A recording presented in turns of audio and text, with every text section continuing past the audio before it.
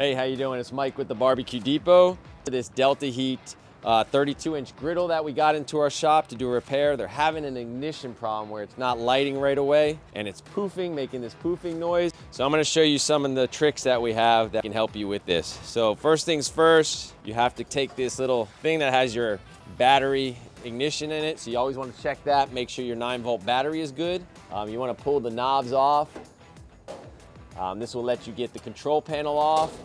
This way you'll have access to the microswitches, the valves, the thermocouplers, the ignition box, everything that you have in here. So next thing what you want to do is you want to take out your drip tray in the front here.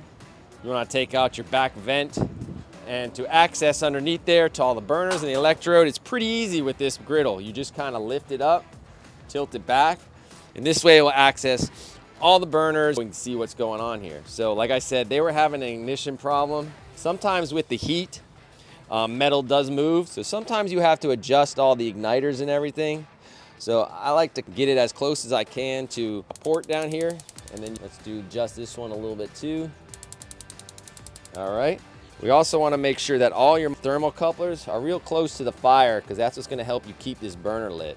So after you adjust all that, let's see how this one works. So we're going to kind of push it in, and then you want to turn the knob here. So there we got an ignition. So you have to hold it in though because you have to let your micro switch heat up. So you might take 10, 15 seconds or so to get that thermocoupler heated up so the gas will stay. So as you can see, it's staying on now, lighting really quick. Let me show you over here on this one real quick. So we're gonna do the same process again. Turn it on, the gas is a center feed burner, so it has to go through the middle and all the way around. So if you release it too quick and you shut it down, the gas is gonna stop. So that's why we always say, when you get in here, make sure you hold it and keep it pressed in for like 10, 12 something seconds so that the thermocoupler can heat up. Simple is like that. It's just adjusting the igniters a little bit, adjusting the thermocouplers, making sure your battery ignition has a 9-volt battery in it. Make sure your micro switches are good. You always want to make sure that your thermocouplers are snug in there, not too tight. You don't want to break this, but you want to make it snug in there so you get that reading. So it's actually a pretty easy fix on this unit here. Very accessible.